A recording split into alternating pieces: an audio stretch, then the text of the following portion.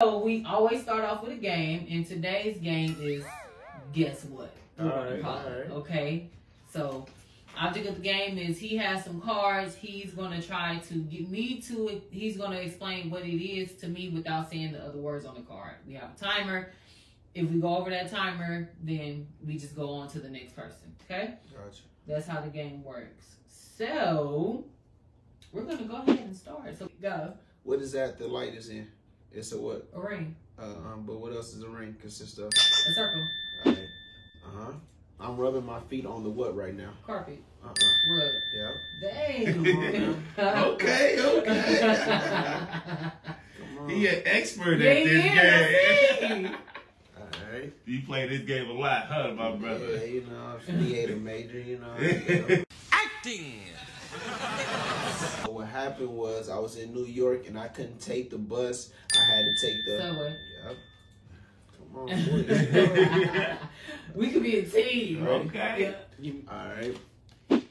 I heard that you fell yesterday. Your knee was sore, so I offered you a what? Band-aid. No. Ace bandage. No. A cast. But it was Pain swollen. So, swollen? yeah, Ice. Yeah. But what? Ice pack. Yeah. Okay. Yeah. When I roll up, you know what I'm saying? Some people call it smoking, but some other people say it's, do you want to with me? Blow. Yeah.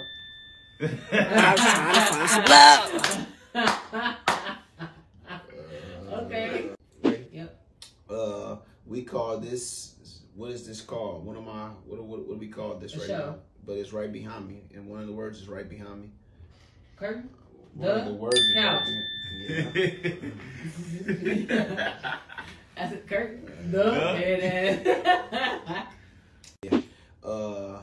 After I get the answers right, what do you do to the timer? I stop it. All right, but you only can say one of those words. Stop. Come on, man. Okay. So, Libra sign, they have blank of justice. They a scale. Yep. Is that Libra or is that Cancer? I don't know. There's a next I would one. have said this is how you waste stuff. This one ready? Yeah. I fell yesterday, and that's because I'm kind of Sick, high. No, actually, like when you don't have balance. Clumsy. Yep. Okay. Let me see. Yeah, you doing your thing? Why is that one? You ready? Mm-hmm. Okay. So the Nelson Atkins is a what? Art museum. So just one Museum. Yep. Boom. Okay.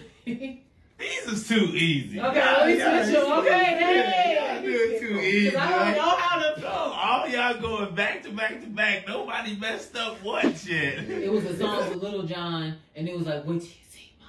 Oh, I'm going. Like yeah. Yeah, what's the name of it though? Like it was called the blank song. Shake it like a saw shaker. No, that's the wrong What's that? one. It's the same. It was Yin Yang It was like, Twins. hey, little mama, what's me?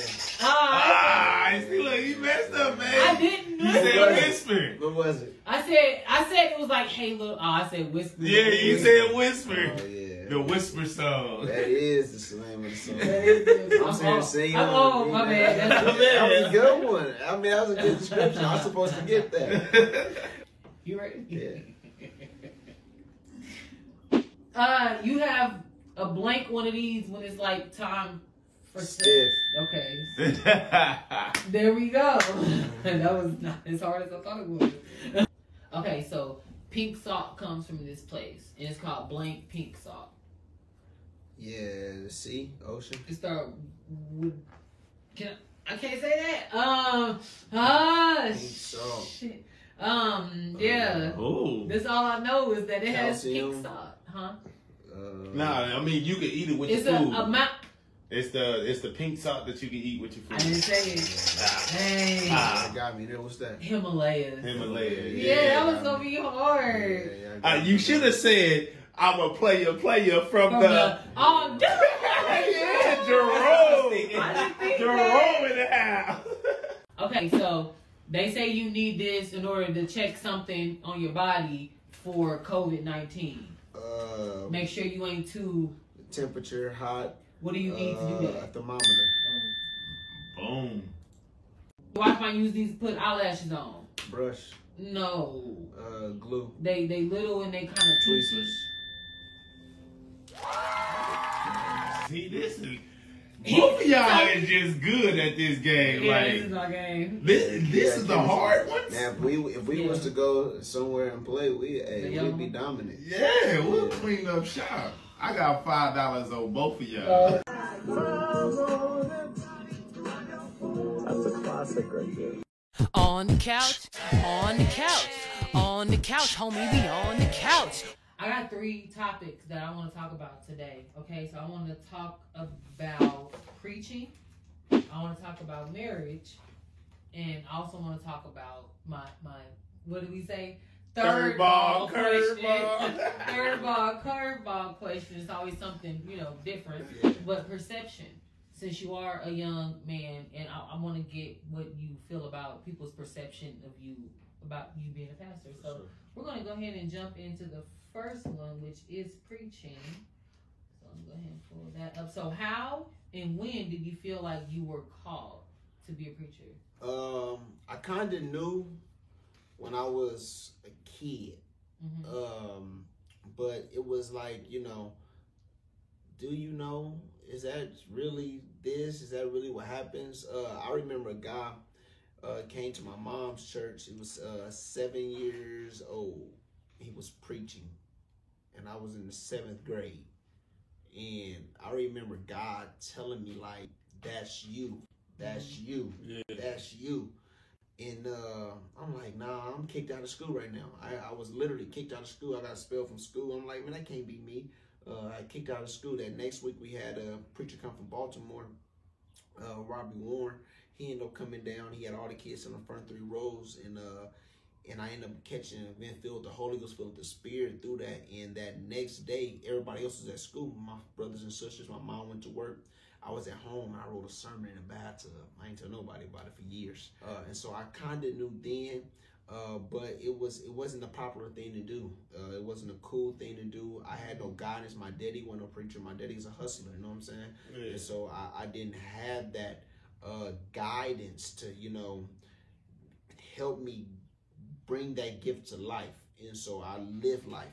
I went to the streets, which I'm thankful for, you know what I mean? Because that's something that is different between me and others, you know what I mean? Like, I can relate to everything that is happening in the world, the people that need me the most. I accepted my calling when I was 19. I remember I was working at a job. I was making good money, like $16, $17 an hour.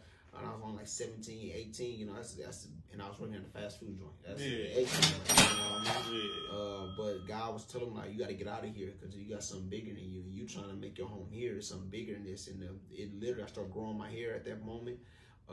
It was just like, it was time for me to pull out. And so I told my boss, like, for 2 months, I'm like, I'm out of here. I'm out of here. I got to go. He was like, yeah, whatever. Everybody like, man, you love this place. I was going to work besides going to school. That's how much I loved it. I love the money too. And long story short, when I left out of there, I ended up losing my car and losing my house. For the first time and the only time in my life, I moved in with a woman. And I thank God for her because she, she allowed me just to be. Mm-hmm. And while I was just being, God was working on me. I preached my first sermon December 16, 2011. That was the first time I ever preached. How old were you then? Yeah, I was 20 years old. Wow. I was 20 years old. Yeah, because you're 29. 29 correct? now. Yeah. I was 20 years old. 30 this year. Nah, next year. Next year. Oh, yeah. Okay. He said, wait a minute. Are we throwing 30 at me? Not yet. Man, that's what I'm saying. Not yet. Look, give me till next year. Topic I'm going to talk about today is marriage. Okay. I do know that you are a married man with a new baby. I'm not married. You told me. Married. I was once married. And we here. It's a show. Here we is. We on the couch. I was married. Long story short, when I came back to Kansas City, the girl that I was talking to, I didn't want to deal with her anymore. I was ready to just, set up. I was focused on my church, everything else. stuff happened. She ended up saying she was pregnant. And so me being who I wanted a baby so bad. And so I ended up moving her here. The church people told me that I cannot live shacked up.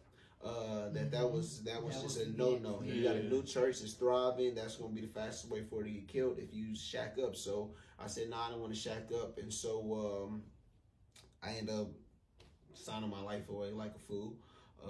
And for anybody else, you know what I'm saying, marriage is very cheap to get in, but it's expensive to get out of. Another story for another day. Yeah. But now I am in a committed relationship.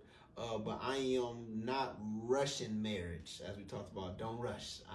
I'm not rushing marriage. I am trying my hardest to show people, even after you have a baby, that does not mean that you got to just get married, because if the two wrong people get married, you're not helping the baby. You're hurting the baby. And so I want to make sure that I'm not marrying her for the baby. I'm not marrying her because we live together, but I'm marrying her because I want to spend the rest of my life with her. Yeah. And I'm glad that you say it like that, bro. I'm just, I get criticized about it. I mean, I'm a baby out of wedlock, but I was adopted by a pastor. You know what I'm saying? But he has kids out of wedlock. Yeah. You know what I'm saying? So, I mean, I understand a lot of different sides of the spectrum, but I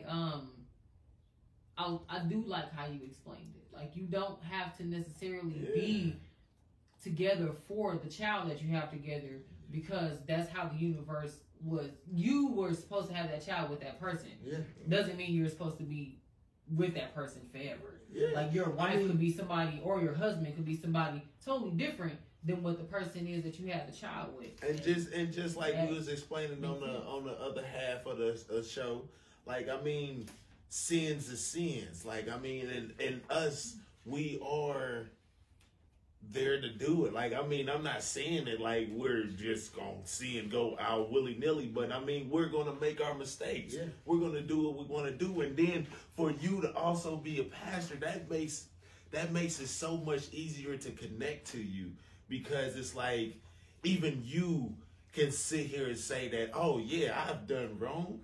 So how can I be the one to look at you and judge you for the wrong that you have done? Like, no, talk to me, because I'd rather you just talk to me, have a conversation, than us sitting here viewing each other in a light that microscope. Yeah, found every detail, and that's the thing. Like, you know, I didn't hide it. I didn't hide the pregnancy. You know, some people they try to hide all this. I don't hide nothing. I live in a glass house. Because I'm not perfect, and I believe that more people can learn from my flaws and learn from my mistakes and still see God's grace for me. And if God still loves him, if God still can use him, if God still blesses him, if I try to get my life together, maybe God do it for me too. I want to snowball from that question into my third ball. Curveball. Which is perception. Yeah. Okay. Based off of everything that you have said so far in the interview, I am a pastor's kid. You know, you're a pastor, but I'm a pastor's kid, so I know all about perception and how people view you. But I only became a pastor's kid by the time of 17. So by the time I was 17, it was already something else that I was portraying. So being a pastor, how important is perception to you? As I mature, I try to do better about my perception, how I come off to others, because everybody does not have the same relationship with Christ as I do. Everybody does not have this. Everybody don't get it for themselves. I teach my church to get this thing for yourself, because when you go to Judgment Day, I'm not going to be there with you. I'm not going to be that attorney. Be like, well, they did come to church and they did try to pay their tithe. I'm not going to be there. So I try to teach them that, you know, grandma, I can't do it for you. Mama can't do it for you. You got to do this thing for yourself.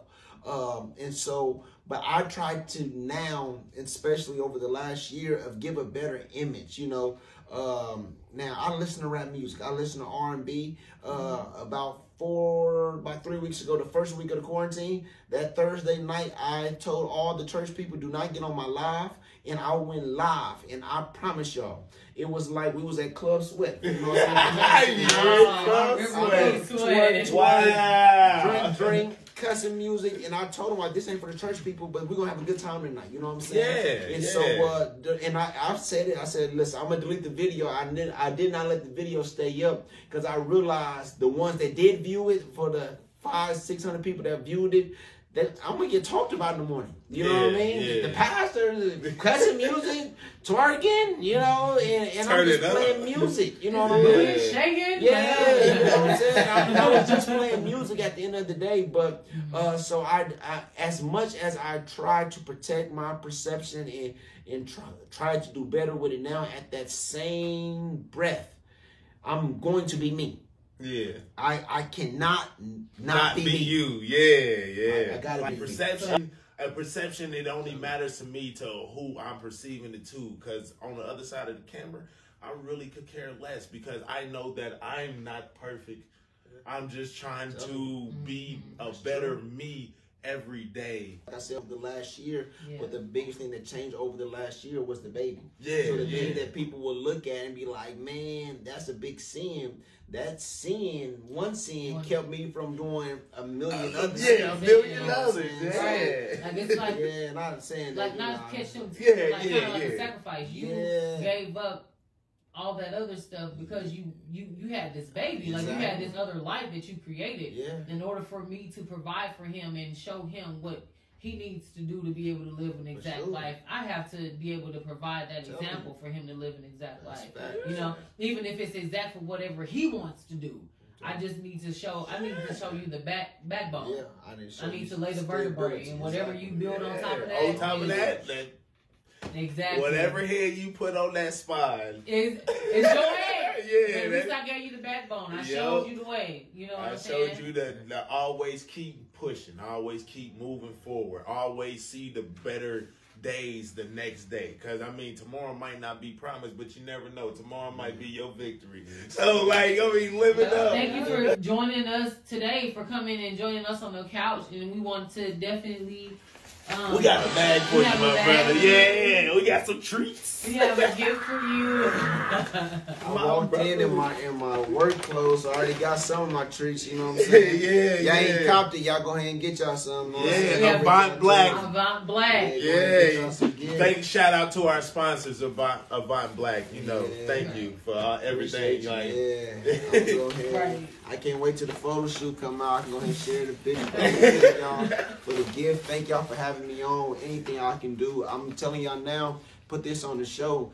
This is gonna be your highest view show. Now, you said it. Hey, my people tap in, man. You know I love. I support them. They support me. Hey, in the People Choice Awards, go ahead and vote me for Best Author while y'all at it. You know what I'm saying? And my church for non-for-profits on Facebook, Kansas City People Choice Awards. I wrote 2 books. I'm working on my 3rd one. The first one is Don't Snap, God Has Your Back. It's literally a devotion, daily devotion, real simple. The second book though is called Tim 4T's. This is my heart and my joy right now, and it's called Take Time to Think, Tim 4T's. And this book is written to help you turn your dreams into reality. It's on Amazon, Barnes & Noble, all the major sites. And so it's written to help people of color and people of minorities and people that are less fortunate, don't have $1 million to start their business. How do I start a business? How do I start a podcast? How do I start a show from nothing? And so if you got a dream, if you got an idea, you got a plan, I guarantee that this book, and I literally got a money back guarantee on it. I give you money back if it does not change your life, because I'm that sold out on it. That this book would take whatever you got going to the next level. I mean, I got a 7-year-old who took this book, read it, and now she makes thousands of dollars a week. A 7-year-old. So if a 7-year-old can do it, man, just imagine what an adult do. They take a little time to think. Take time to think. Tim 4T's. Please tap in that. Thank you for watching my episode on the couch. Do me a favor, friends and family. Hit that subscribe button. Hit the share button. Hit the like button. And if you have not yet, turn on your alerts so you can be notified at the next time that we're on the couch. And if you did not catch last week's episode, make sure you click right here.